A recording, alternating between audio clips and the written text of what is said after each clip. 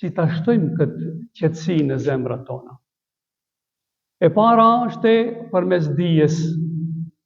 Sa më tepër që lexon, aq më tepër kupton se Allahu i Madhëruar është i mëshirshëm.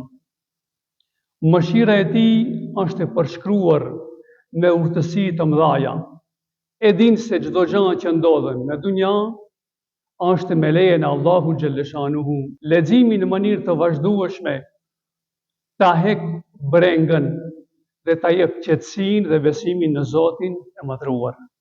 Prandaj kanë thënë, në çdo adhurim dhe në çdo ibadet nuk mund të kesh sukses nëse nuk lexon ose dëgjon prej dietarëve. Leximi edhe një herë thëm, ta hek ankthin, ta hek shqetësimin dhe ta sjell qetësinë në zemrën tënde. E dita është lutjet e vazhdueshme drejtuar Zotit të Madhëruar.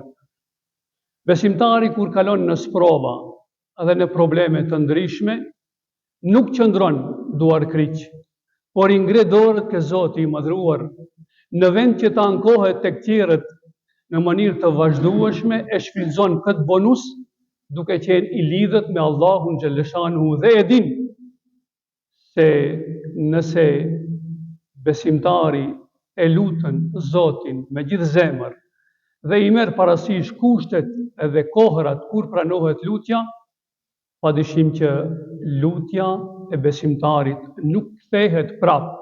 Pra me lutje mund ta shtojmë këtë adhurim në zemrat tona. Pika e tretë përmes të cilës do të jesh i kënaqur me caktimin e Allahut ndaj teje është ti shohëm mirësitë e mëdha që na ka dhënë Zoti xhalleshanuhu.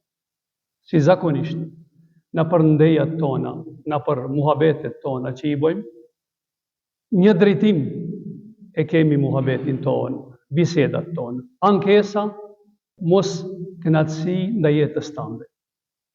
Me i marë ti shohësh mangësi që i kije dhe mirësi që i kije mund dalin 1.000 por shejtani dhe eguja çdo herë na çon në aspekti negativ.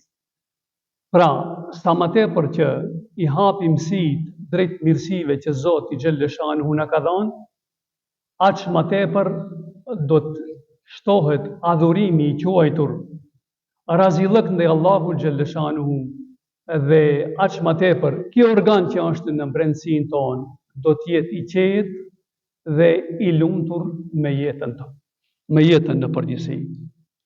Tonë tot tre aspekte duhet të kemi parasysh për me qenë të kënaqur me përcaktimet e Allahut xhalleshanuhu ndaj nesh.